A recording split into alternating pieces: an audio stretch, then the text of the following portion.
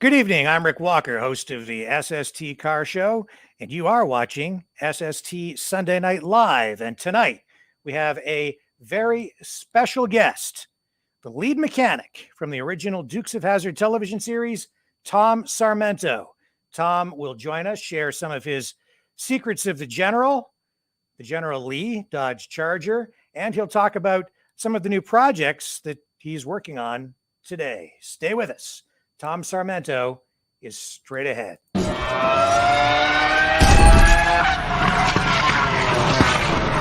You're watching the Autos 360 Network.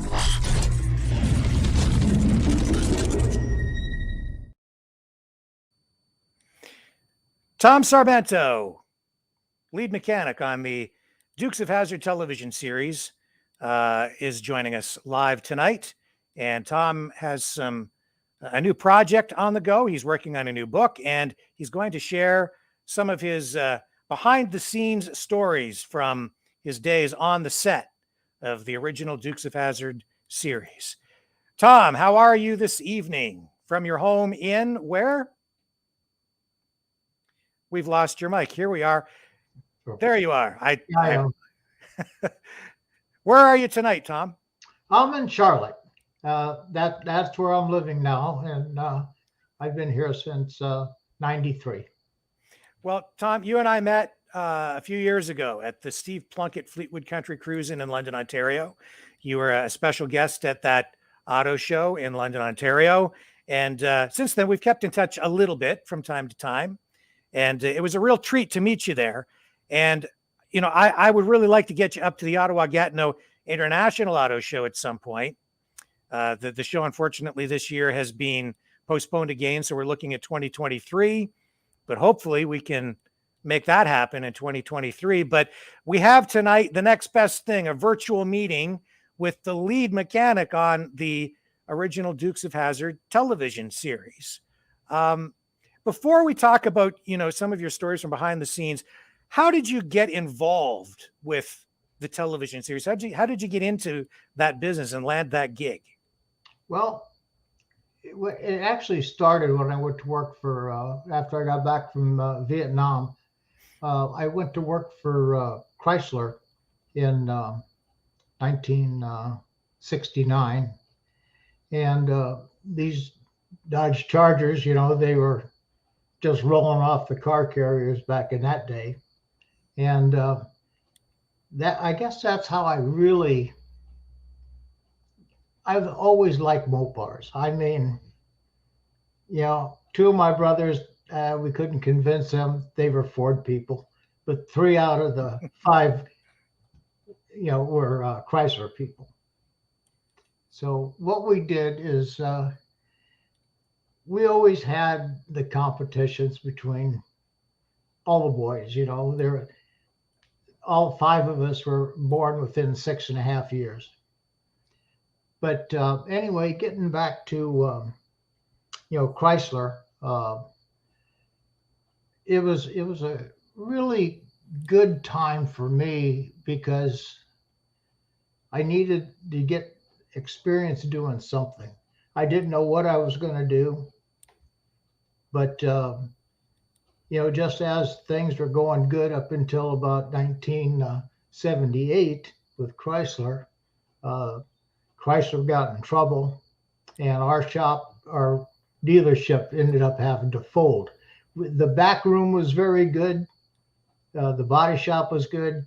Car sales, you'd only sell about 12, 13 cars a month.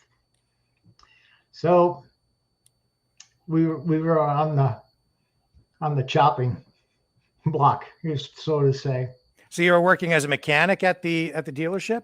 Yes, I worked as a mechanic. Mm-hmm. And I didn't, let's see, I finally didn't have any idea what I was going to do. And a friend of mine, Rich Septon, he said, why don't you come to work at Universal Studios? So I went to work at Universal Studios. I was there for a little over a year. And I was working on BJ and the Bear, Quincy, some of the other, little bitty shows. And I low man on seniority, so I ended up getting laid off. And I was supposed to go back to work at Universal when the hiatus was over.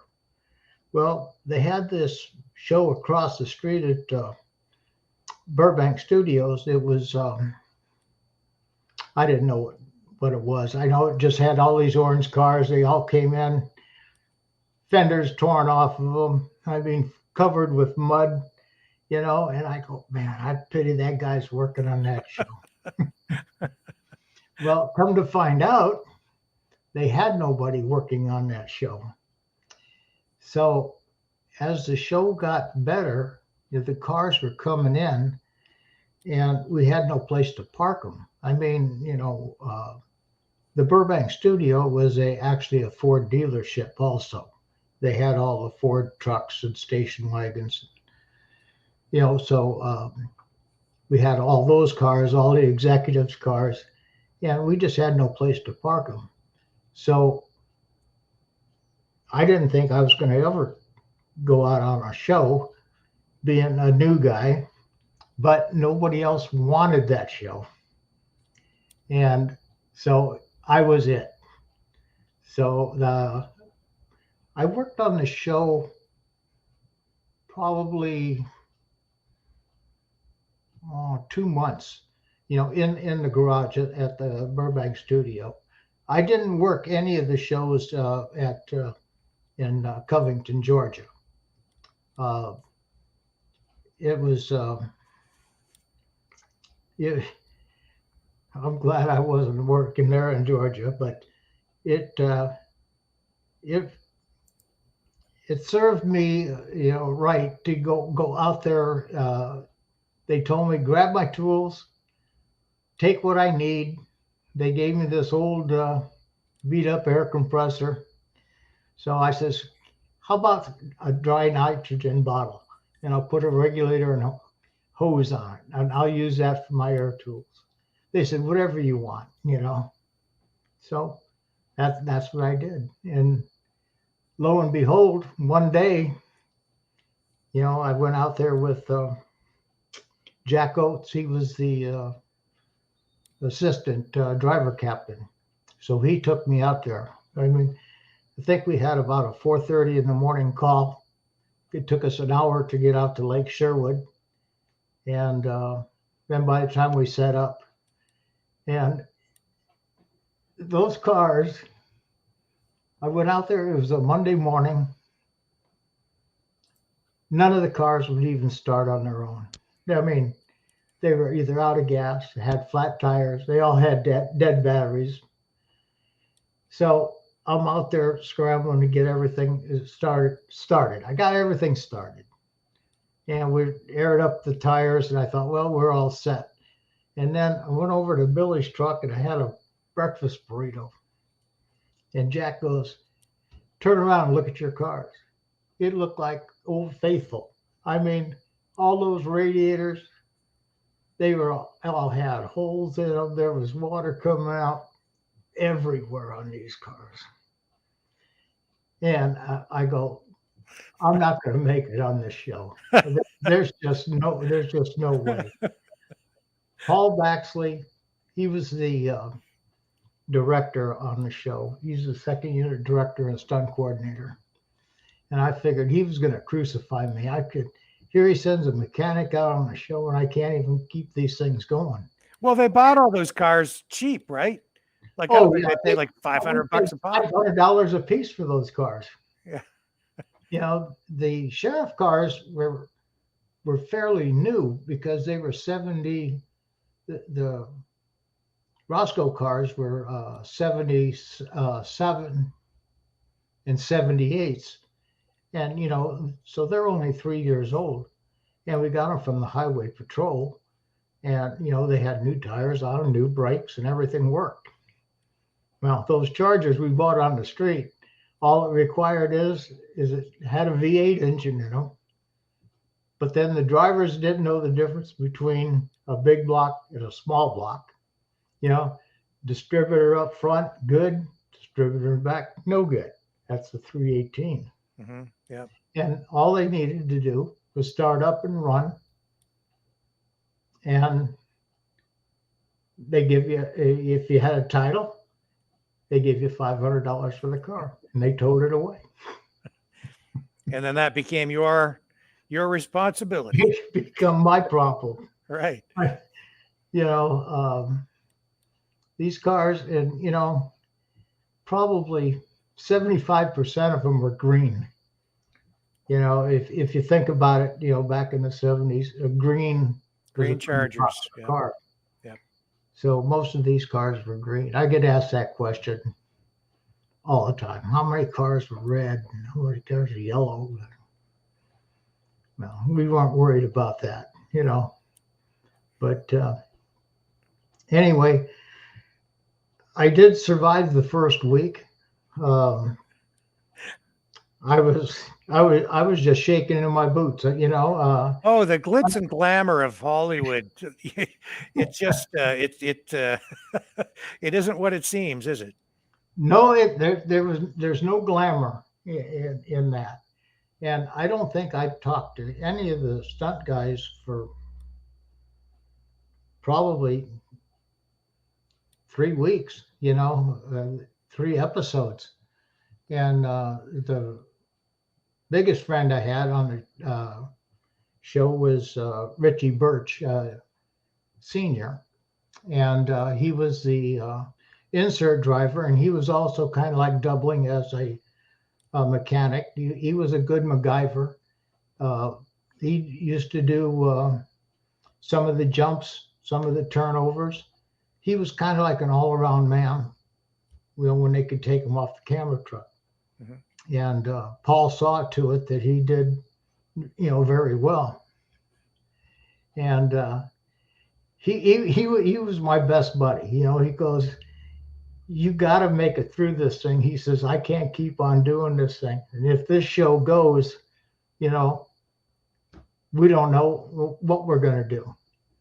So, and, Warner Brothers, they pinch pennies pretty good. So, but.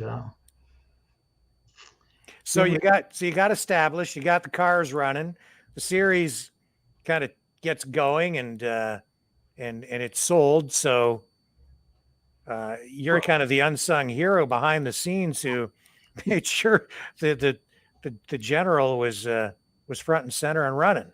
Well, there was a story that Paul Baxley told. He says that he heard the producers talking, and he says this show is probably going to be lucky if it makes it past the first commercial. So, how wrong he was. Well, yeah, and he was definitely wrong.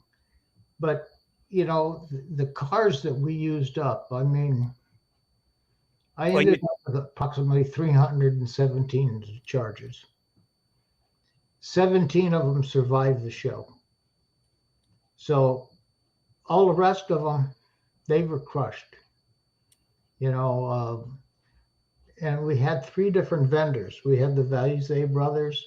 We had Picture Studio Vehicles, Ken Fritz. And then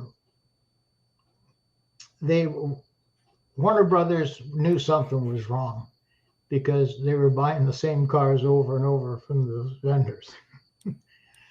So they decided in the 3rd season, Warner Brothers was going to buy the cars. Because the other vendors, they would go out, purchase the cars, fix them, paint them. Now, they didn't fix them really that well, but they look good. Right. But as far as running, that was another story there. So people, I'm sure, ask you all the time how many cars were destroyed during the making of the show, and you just alluded to that. But I've heard that they would jump or destroy like as many as 2 per episode. Well, it wasn't quite 2 per episode, but it still was, about 1.5 per episode. There was sometimes when we destroyed 5 cars on the episode. And then there are some shows that we used.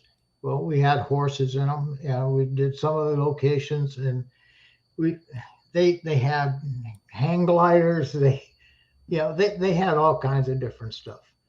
And so, but it averaged about, well, you could say, for rounding it off, 2 cars per episode. Now And it that's was the Chargers, though. right, and it wasn't just the jumps; it was the way they were driven too, right? That was hard on them. Like I say, there was a lot of oopses, and like, where did that tree come from, sir? I didn't see that tree. Well, that tree, Paul would say, it's been there for probably 200 years. Because those oak trees were pretty big out there, and those trees were non-forgiving, let me tell you.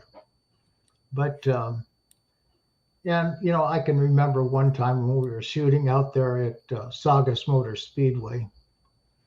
And Craig Baxley was director. And what it is the car was to be damaged on the left side. Well, camera left, camera right. Well, when the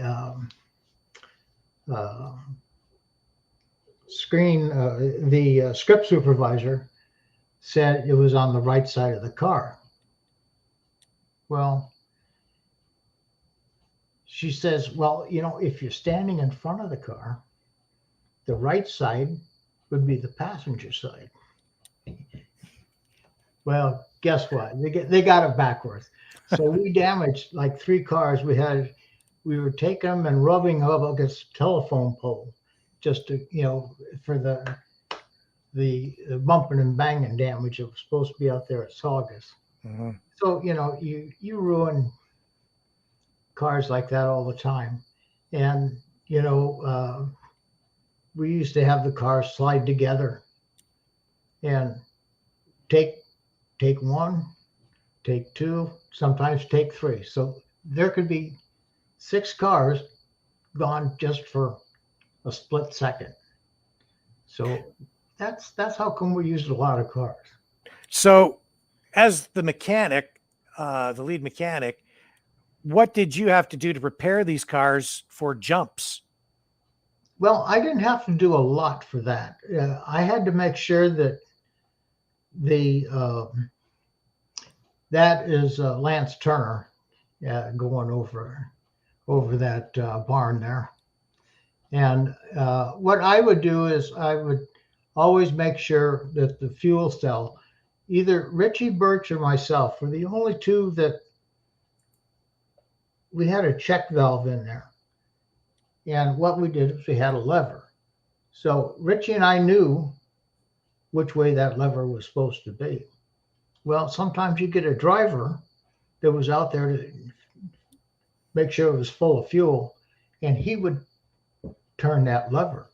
So as the car was idling and getting warmed up, be coming down the approach, and it would just shut off because it had no fuel. So that's when Paul Baxley said it was either Richie or Tommy that did check, with that fuel shutoff valve. So, and then I would always cable the hood. That would be the last thing that we did before the jump. And hopefully it was going to start, because undoing those Crosbys, because I run the cable across the hood around the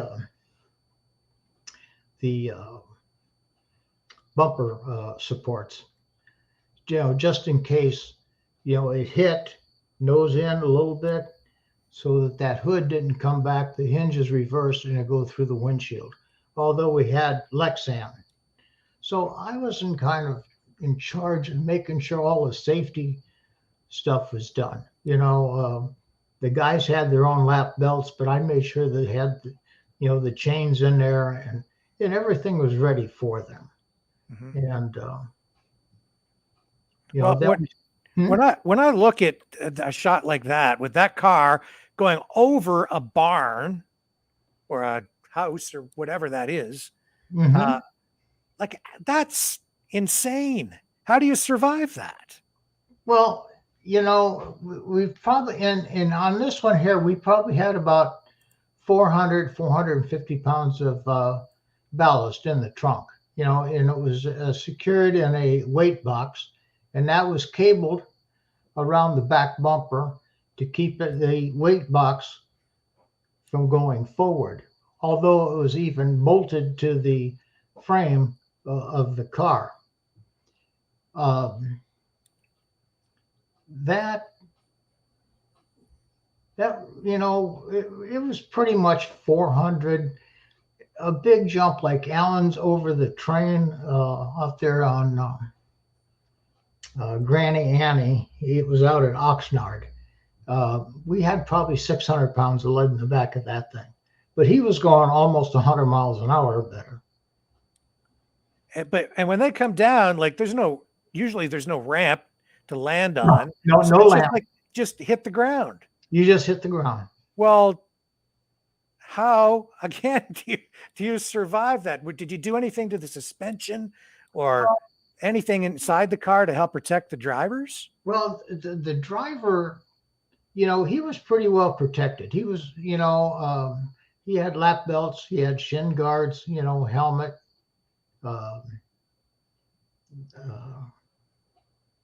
And a lot of bravery and a big heart and a neck brace and a helmet.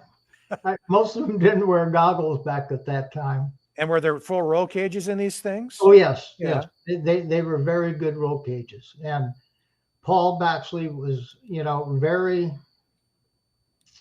serious about the cages. And if he thought any of them, the cages were bent or moved or anything, he'd be, Tommy and Richie, find out what happened. This can't happen again. So, but it was fairly safe. Now, see, these are unibodies. Now, on this one here, this here is Henry Kinsey in this one. And if you'll notice on the right front wheel it's kind of kicked out a little bit. What happened is when he hit the ramp, the ball joint had actually broken. And, I went for a lot of safety on this stuff. And I wanted all new front ends on these cars, whether they were jumping or everyday drivers. And, so I showed Paul Picard this picture. And Paul and I went to a Nikon school, and we got a chance to catch up on some of this stuff. And I says, Paul, these cars need to be in tip-top shape. He says, but they're just going to the junkyard after the jump. And I says, yes, but it's got to make it to the jump. And if, when that comes down, if that wheel breaks off inside, the car could flip over. And I says, if we had new parts on these cars, I said, you could save maybe $20,000 per episode. He goes, how are we going to do that when we're spending the money? I says, well, we got the mechanics at the garage that are, could put all the stuff in. All we need is the parts.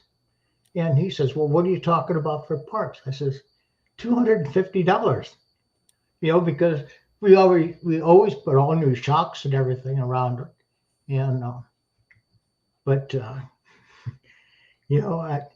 it was like pulling teeth, but, with Paul Baxley's help, they actually saw to it.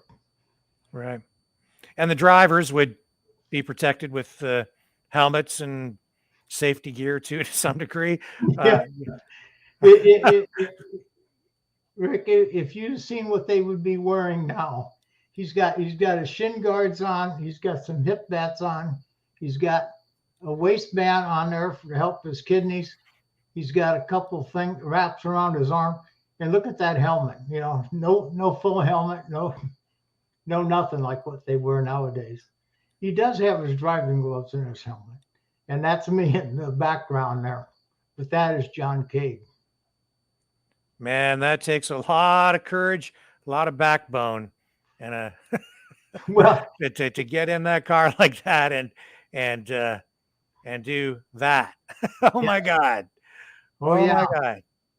And you know, but see, all these Chryslers were unibodies, and so that means it doesn't have a frame. And Right. you know, since all these cars are California cars, they weren't rust buckets. You know, there was no salt out there in California, and you know the cars, you know, were pretty stout. But when that thing come down on its nose, well, that's what eased up. That, you know, if that was a full frame, well, that would really send it to the driver. All of it would just transfer right up through the steering wheel and to him. So that front end gave, and that's what helped save all these guys. Right. So because the body of the car absorbed the kinetic energy. Yes, yes. And you know, and the thing of it is I get so much flack. You go, you know, you guys have ruined so many of these Chargers, you know, and I'm thinking, wow, there was 190,000 of these Chargers, and we ruined 300 of them. I said, you know, when these cars came out, there was probably more people killed on those Chargers and they're totaled than we ever thought of, you know. And there was just tons of these cars around. And in fact, because the show was so successful and because the car was a star in and of itself within the show, it generated so much interest around the Dodge Charger that many of them are probably preserved, restored, and they've become a bigger collector's item today than they ever would have had the show not taken place if those cars hadn't been destroyed on television to make them popular. Right. And, you know, you can buy every part for that 68 and 69 Charger new. Every piece of sheet metal, everything, roof, panels, frame, everything. You can buy it all new, you know, from all these different vendors. And if it wasn't for that car being that popular, that car was just an ugly car. I mean, it wasn't any good for drag racing because the nose on the thing was so long, and the short wheelbase, you know, for the trunk, you know, the weight transfer was no good on it. But you know, they used it in NASCAR, but that was circles. That went around in circles. Yeah. When did you realize that, or did you ever realize when you were working on the show that it was good, that the show was going to be the big hit that it was? And did you ever understand or see that what you were doing with that car and working with that car, that it was going to be that iconic? No. We can't understand that to this day. You know, here it is. The car's over 50 years old. The show's been going, would be 40 years old. And we're still doing appearances. You know, we got, you know, Tom, John, and Kathy, Sonny, and Rick. You know, everybody's still doing shows, and the popularity is just it's unbelievable. It's, you know, it's probably the most recognizable car in the world. Well, it is. It's right in there with the Batmobile, the James Bond car, the Ghostbusters car, the Knight Rider car, the Flintstones mobile. Yeah, You know, like it goes on and on and on, right? Yeah. It's become a huge part of pop culture. Yes. And, but you figure, like the Batmobile. Yes, that was a recognizable car, but, they only had a few episodes of that. And, we figure, we went 6 seasons and, I think we did 150 episodes, total episodes, some figure around in there. I never had a chance to keep track of that. I didn't have very much chance to think except on the weekends. Right. And the engines in those cars, everybody says, what size engine is in a General Lee? But the truth is it had 318s and big blocks, and it had pretty much every engine that was available because they just scooped up whatever they could get their hands on, right? Right. And, I tried to explain to them, distributor in front, good. That was a 383 or a 440. Right. The 318, well, that's got the distributor in the back. And we did pick up a few really nice 318 cars, and but we had to use them since we bought them. So what we did is we took the intake manifold off of it, took that 2-barrel, we put a 4-barrel on it, we put a new carburetor on it, and on the guys didn't want to jump them because they couldn't go fast enough. So what we did is we put a single stage of nitrous on it. So they did jump some of those 318s? Yeah, we did. Oh. The ones that had to go 85 to 120 feet, it would make it. It would make it on that. The only thing good about jumping to 318, you never have to worry about it. Keep on running down the road after it jumped because the distributor would snap off, when it hit the firewall. So what years of Chargers were used? 68 and 69. Just those 2 years. We did not use any 70 Chargers. Everybody goes, oh yeah, you use 70s. And I says, look, it was too expensive. We had to change the fenders, the hood, the grill, the bumpers, all that front end, and it was just too time consuming because you could find the 68s and 69s. Mm-hmm. So this one here is actually a 69. You can see that from the side marker lights. They were that oblong one. The 68s had a round turn signal indicators and side marker lights. And on that one there, you can see that really good on that front side marker light. I'm trying to think where that picture was taken. Well, actually, that's Paul Harrington's car. Oh, is it? Yes, it is. Yeah. So, we're going to have him on a show in the next week or two, I think. Oh, okay. Yeah. But that's an example of a 69, and I didn't know that they had actually jumped any of those 318s because around that time, I mean, I guess the 68, 69s, the horsepower was still up at that time, right? The emissions controls hadn't taken. No, there was no emission control Right. for any of these cars. Yeah. So how much power was coming out of those big blocks? Well, the big blocks, the 383 had 335 horsepower, and 440s was 375 horsepower. And then we never had 4-speed cars, and we never had Dana rear ends in the cars. And see, what are the questions? There was 3 things that they were always asking me. There was never any 6 cylinders, but Chrysler did put 6 cylinders in those Chargers in 68 and 69.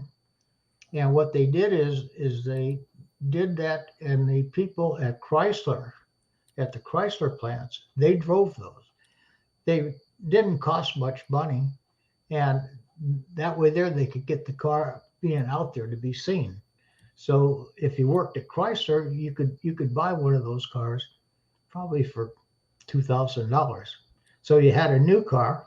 It was a 6-cylinder with a 3-speed on the column. Today, when you go to car shows, I mean, you see Chargers painted up in that color scheme with the 01 on the side. You know, you see them all the time. But how would you know if a car is an authentic? All right. Okay. Sure. One of my 17 surviving cars.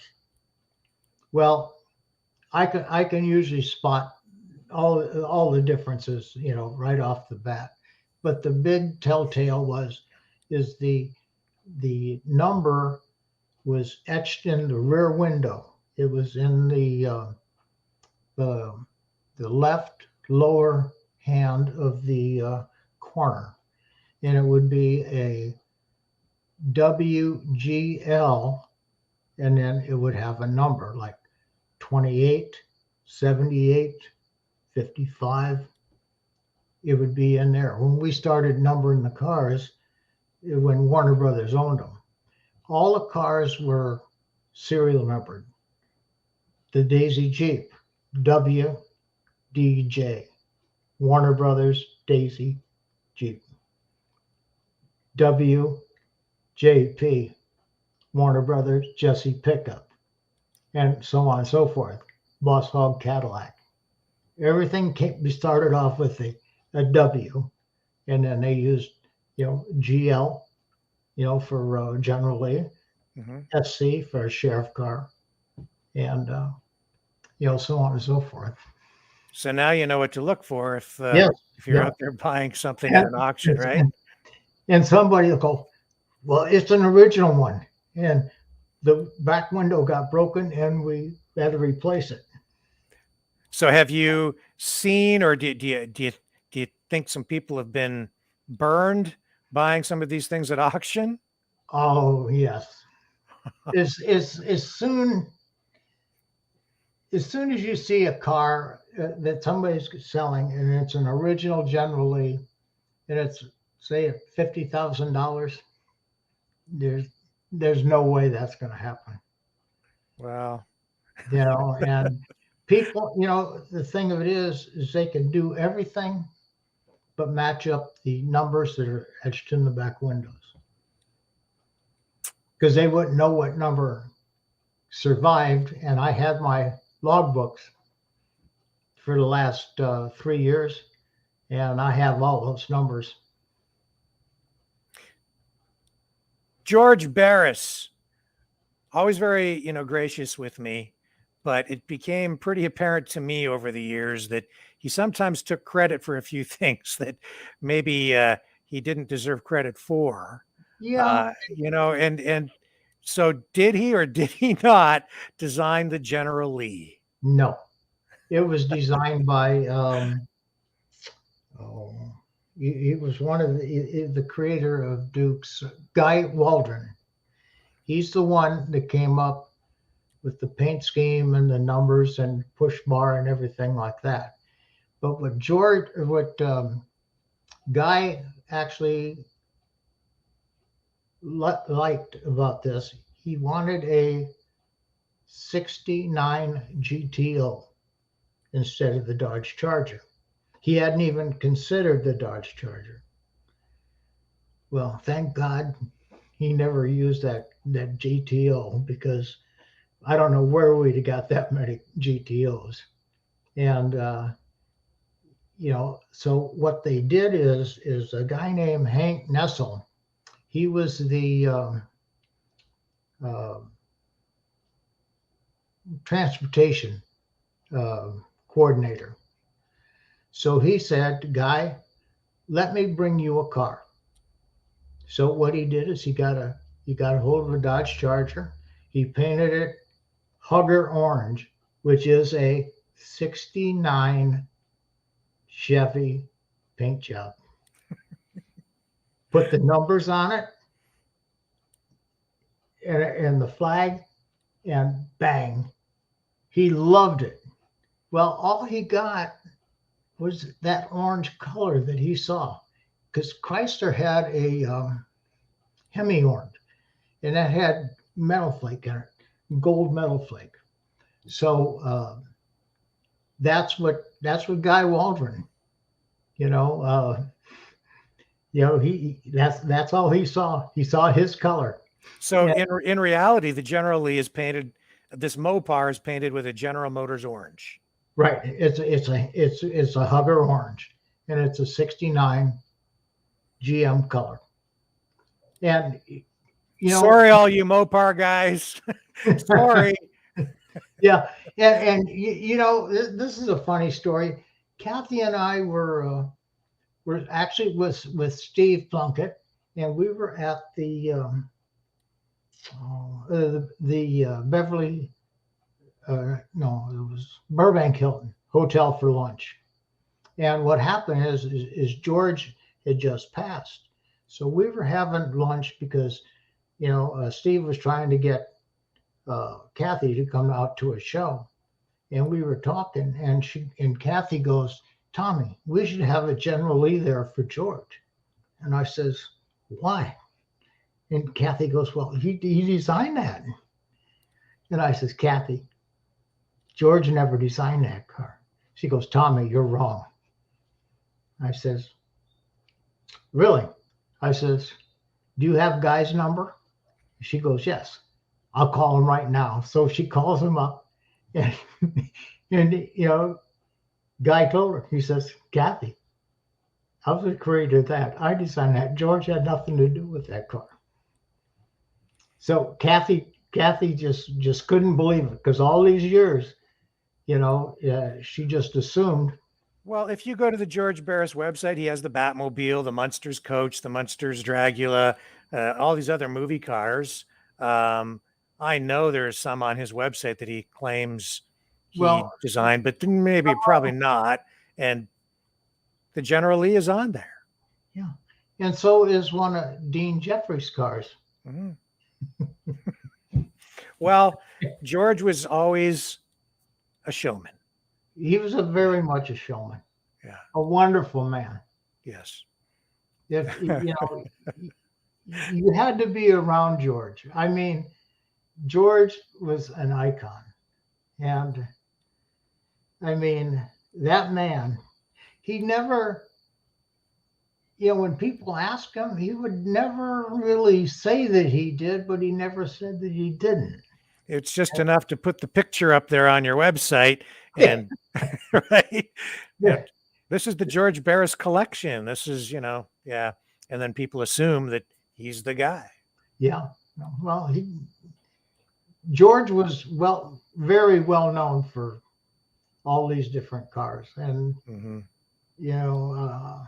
he was such a wonderful guy. And I met him at a show in Las Vegas, at a Mopar show in Vegas, and he was just a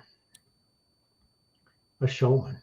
I mean, and a promoter. He was a self-promoter like crazy, and he drew attention to himself. And if you met him at a car show, he had his whole entourage with him. They're all in their bright yellow jackets, and everything's bigger than life, right? Well, when George was laid to rest, he was in that coffin.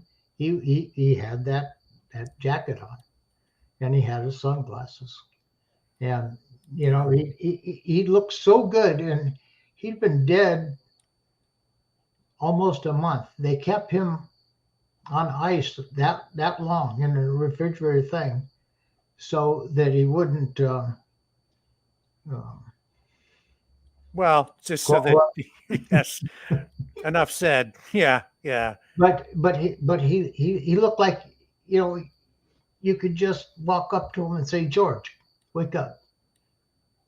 But he really looked good, and the people that were there at his little studio, I mean, the place was packed, and it was invitation only, because they couldn't have a lot of people, and they had the procession and stuff the next morning. So back to your days on the set. Who are all these fellas?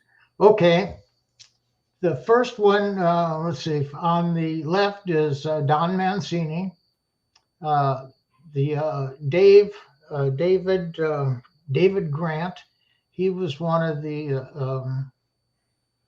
He was kind of like a gopher. His dad was named Tinker Grant. He was one of the big producers at Warner Brothers. And the guy above David's shoulder, that's A.J. Thrasher, our special effects man. Now, he's the one that did all the cages, roll bars, and all, the rest of the work. And then kneeling down is the other effects guy, Mark Lilienthal. Next to him is Rich Septon. He was my shop foreman. And that was me standing next to Rich back in the day. And that Trans Am was David Grant's. And there's our old tow truck in the background. And this was shot at the San Fernando shop. And right across the street where the stop sign is, that is the Burbank Airport. That is actually the runway. So that's kind of your crew. Yes. There, right? Yeah. And the celebrities that you met, the people, you just the stories you have must be endless. Oh, geez. I mean, that's why we started the book. Marty said, we ought to do a book. And I said, I don't want to do a book. So this is your new project. You are working on a book. Right. Your biography. Right. My biography. And it's written by Marty J. Turner. And I didn't know it at the time when we were driving all over the hills from Mexico to Alberta. He was recording all my stories. I had no idea he was. And, so we had all these stories. And he says, well, I've got all these stories you've been talking about. And I says, well, how do you remember them? I says, I can't remember hardly any of them. And he says, well, I've been recording them all for the last 3 years. And so I said, well, let's give it a shot. So it's going to be, right now, the working title for it is The Man Behind the General. And so it's going to be, written by Marty Turner. And it's going to be my stories by Marty Turner. And so I think the biggest ones that would be interested in the book are probably all the Dukes people. So we may, if we get it out, maybe we'll sell 200 copies. Oh, I think you'll sell more than that. I'm certain of that. You're looking for a publisher still? We're still looking for a publisher. That is the hard part. I think I can come up with an ending. Other than like Marty says, let's just the end. I said, we can't just do that to him. I says, so I've got probably with pictures, and I put a lot of pictures in the book. And, some pictures have never been seen from Dukes. And, they started off with, I was actually born in East Providence, Rhode Island. And I only lived there for 90 days. And then we moved up to Kankakee, Illinois. And after I got out of high school and joined the Marine Corps, I never went back there to live. My folks lived back there, and my brothers lived back there. I can't stand that snow. But I think it'll be a pretty good little book, and so Well, hopefully, you're having trouble coming up with an ending because your story really isn't over. well, yeah, it's getting close. Let me tell you, I should I should have died a couple times already. I did have open heart surgery. I had a quadruple bypass, and then I had the carotid arteries done. Then I had just recently for my 75th birthday, I was in the hospital at in Mint Hill, and I had a bladder infection that went up to my kidneys, and then it turned into something called septics or something like that. Anyway, I found out that people my age don't usually come back from that, and I'm having a heck of a time getting my legs to work again. So we've been doing, with the physical therapists and stuff like that. So I still want to go, and I want to come out to Canada, for in 2023, Yes. and maybe make that Mopar Nationals that's in Canada. Mopar Fest, yes. Mopar Fest. Yep. And I do want to go back over to Ireland and Germany, Holland, and Italy. I want to go over there for about 5-6 weeks. And Well, you have to keep going because the interest in the show is still at a fever pitch all around the world. It's still in It is. reruns everywhere. It doesn't matter where you go. If there's a Duke's, celebrity thing going on at a Comic-Con or an auto show, it packs them in. Yes, it does. And all these people that I go over there to see, and I stay with my friend Nicky Fagan and his parents, and then that's in just outside of Dublin. And then I got another guy that lives in Northern Ireland. I got B in Germany, and she's a big Dukes fan. And I stay at her bed and breakfast hotel. She says I could stay up there 3 weeks, no problem at all. But then, then I can't go over. I miss going to see the guys in Holland because there's a couple cars over in Holland, and there's probably 17 General Lees in Italy, and I haven't been over there to see them yet. So I promised them that maybe towards the end of May, given my doctor's permission, and the toughest one to get is going to be my daughter. And if I get her permission and stuff like that, then I'm going to take off and go and do a little travel. Probably be my last one over to Europe, though.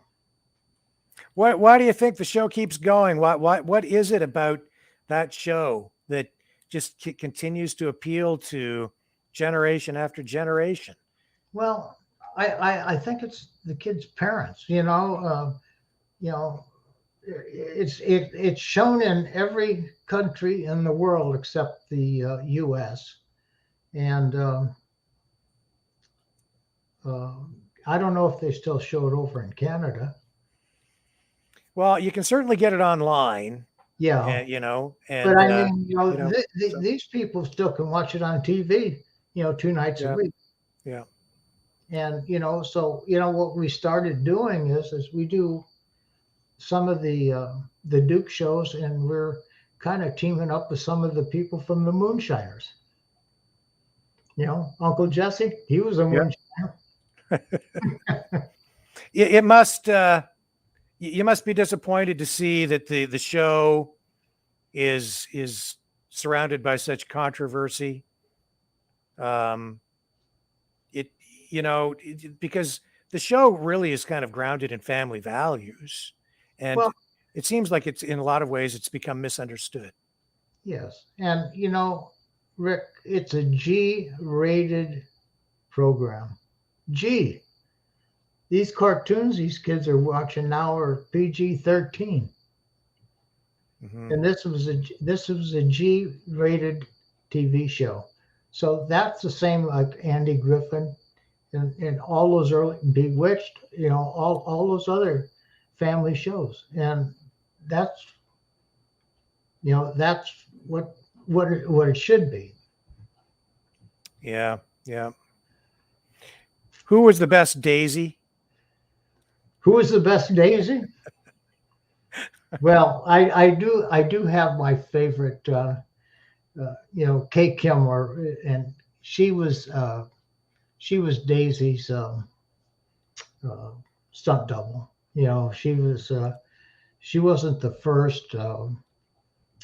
Christina Barr was the first, but she got hurt, and so she was replaced with Kay, and Kay worked the rest of the show, and Kay just actually surfaced for a show we were having in Tennessee, some store in Tennessee. Anyway, so Kathy had not seen Kay Kimler since November of 1984. That's when their last days, ended. Mine didn't end until 85 when the rest of the first unit. So, and Kathy was so glad to see her. She goes, the lines for Kathy for her signature, they were probably 6 hours long. And, but she stopped to, recognize Kay. And I got along with all the actors. I mean, all the actors were approachable, and they still are today, and they're recognized even though everybody's 40 years older. It's amazing. And that, when you say the lineup was like 6 hours long, that is no exaggeration, because I have been to comic conventions, car shows, where I've seen lineups through convention centers, out the door, down the street. Oh yeah, waiting to get to meet and to get a picture. And Kathy is, she always has to hug somebody. She always got to ask them how their family's doing. And everybody wants to take their pictures with her, so she gets up, she'll stand up and get down, stand up, get down, and it just kind of wears her out. But she is still a sweetheart, and she's definitely worth standing in line to go see. If you never met that lady, you need to. Yeah, she is very approachable, and I did meet her one time, and made a big impression. But that car is still a star. Yes, it is. In and of itself, and you may help make it that. Well, it's a 50-50, half actor, half car. And like John Schneider said to Al Wyatt, he says, Al, I just did your dialogue. Because Al was actually the biggest driver of the vehicle to double John. And so John gave him credit, for that. But it was such a fun show to do. And, that's why I thought I'd get as many of these stories that I can start remembering. What did you do after the show? The show ends. Then what does Tom Sarmento do? Well, then Gary Baxley got me my Screen Actors Guild car, and I started working on Fall Guy. And then I did Highwayman with, or not Highwayman, Hunter with Russell Sober. He was the second unit director on that one. And I did, quite a few shows with Gary that he'd have me on there. I worked with the Screen Actors for 10 years. And then and when you say work on them, Doing what? Acting or working as a mechanic? As a stuntman. Stuntman. I didn't have to build the cars anymore. I could wreck them. Okay. And then in 1989, Corey and I were working on this project of his. It was This is Corey Eubanks. pardon? Corey Eubanks. Eubanks. Yeah. Yes. And what we did is we were looking about somebody to finance that film for us. And so his dad, Bob. And this is a film that was made. What was the name of the movie? That it was named Payback, but it was the one in 1990. Mel Gibson came out with a Payback 2000. You know, they had the same title as we did. And, but, you know, just a quick little story. We had Skip Ward and Ron Groh come to Corey and my office with Bob for a little bit of a meeting. And they had already had a script. And they broke it down and they said that, well, Tommy, we don't see how you can do this movie for lower than 3.2 million. And I says, well, we don't have 3.2 million. We got $1 million. He says, you can't do it. And Bob's face just turned completely white. And Bob looked over to Corey and says, Corey, can we do this film for $1 million? Corey looks over to me and says, Tommy, can we do this film for $1 million? I says, Corey, we're going to do that film for $1 million. And so they got up and they said, Tommy, you were a great mechanic for us. But between Skip and I, we've got almost 50 years in as producers, and you cannot do it for any less than that. I says, I will invite you to the screening. And he says, you do that and lots of luck. And we did. We came in on time, on budget. We held it at the DJ Theater in Hollywood. And Skip Ward and Ron Groh were there. And I tell you what, they used up almost all my time trying to figure out how we did that. And how did you do it? You got a lot of people to work. We paid everybody. Yeah. We may not paid them a lot, but we did it at a distant location. So we had to put everybody up for in a hotel room for just over 3 weeks. And we had a caterer on board and everything like that. And we did it. You know, everybody said we couldn't do it. And I was being smart. A lot of people that I really couldn't afford, they came on board. They weren't working during the winter months, so we did it. We shot it in up in Santa Ynez. We had 4 or 5 different locations. I'll have to get you a copy of that. And you can see we had stunts, we had horses, we had trains, we had helicopters, we had everything. And it turned out to be not a bad little movie. It was made just for at that time it was DVD release. And but you know, like me, Corey, and Russell, we did it.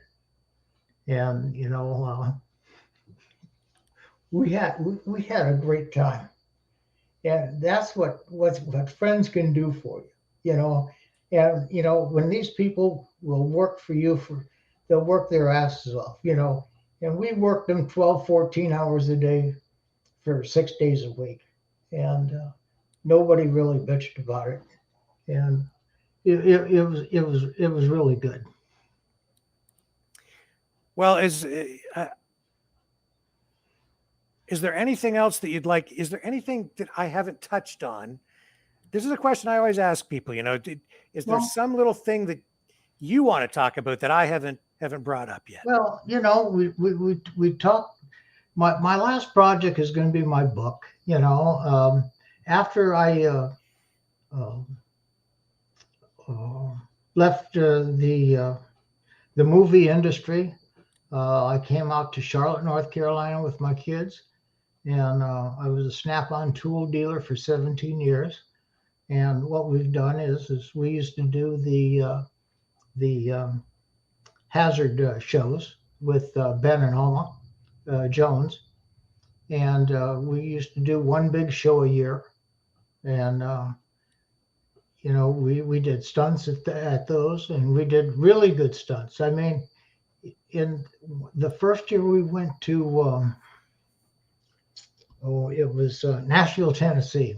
We were at the Music City Motorplex, and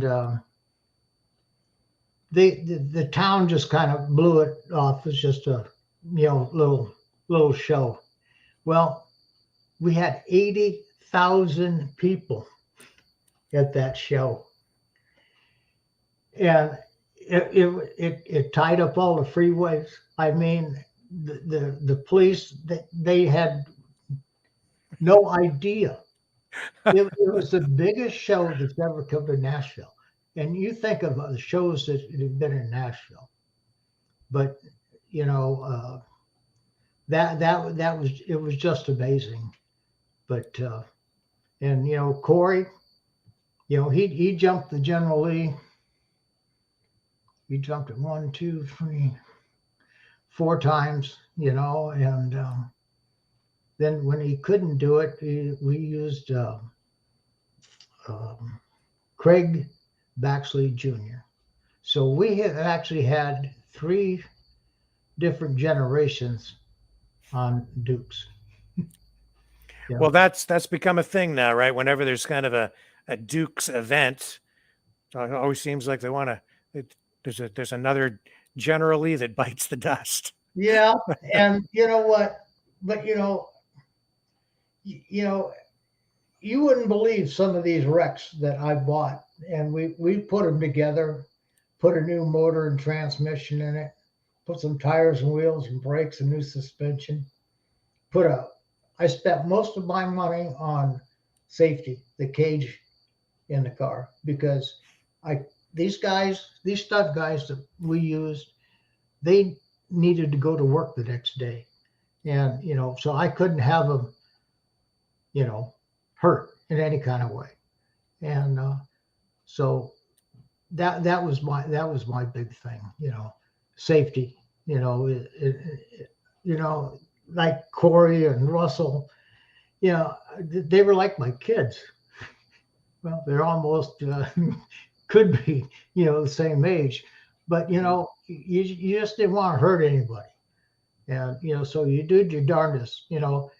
We never really hurt anybody on Dukes. We had dislocated shoulders and concussions and stuff, but no any real broken bones and stuff, but Rick, it was such a good time. Well, you can see that. I mean, I look at that picture and wow, like what a flashback that is. Oh yes. Just the jeans, the the hair. Oh, it just screams 1970s, right?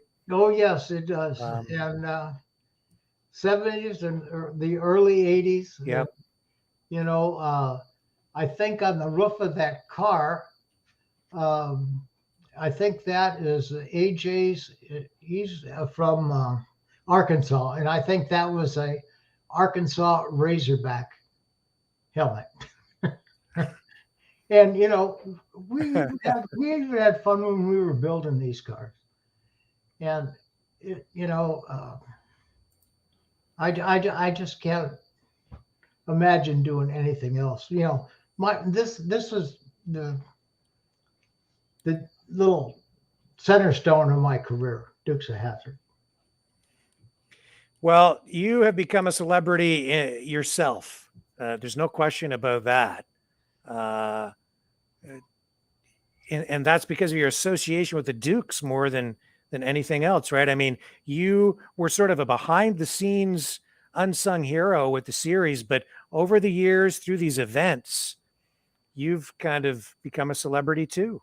But what makes us so popular, it's the fans. It's how you treat the fans. And we don't want to have any fan ever upset with us or anything like that, because without the fans, you're nothing. And it's like in any sport or different kind of a job. I mean, like you with your show, if you didn't have a fan base, I mean, they can say, "Hey, this Rich Walker, I don't really like the guy. He's a Canadian." But all these people that I met all over the world, and there's some places that I've been invited to over to Australia, and I'll never make it over there. I don't think that's way too long of a flight for me. But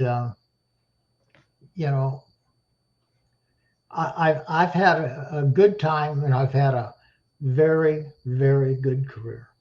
If I were to go away tomorrow, I would never say, I wish I could have done this, or I wish I had done that. I think I've done it all. I've got to do it all. Well, on that note, I would have to disagree, because I don't think you've done it all yet. I think you do still have a book to finish and some more stories to tell and some more appearances to make. And I have a feeling there's still a little bit of a road laying ahead of you yet. Well, I hope so. And, for my kids' sakes anyway. And, but, it's guys like you that, ask me to do, appearances and stuff. And I love telling stories. And, I can tell those Duke stories just like they happened yesterday. There's nothing wrong with my memory, my long-term memory. Short-term memory, that's kind of questionable. But, I just want to say I'm really grateful, for my career and stuff like that, and for people like you, Rick, to invite me on these shows. Well, it's absolutely my privilege, an honor to have you on.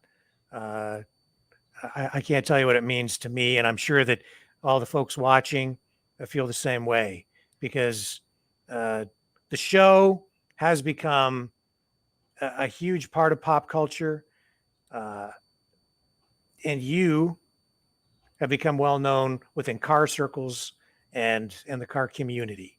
So to have you on the show, a huge privilege for me, and I really appreciate it very much.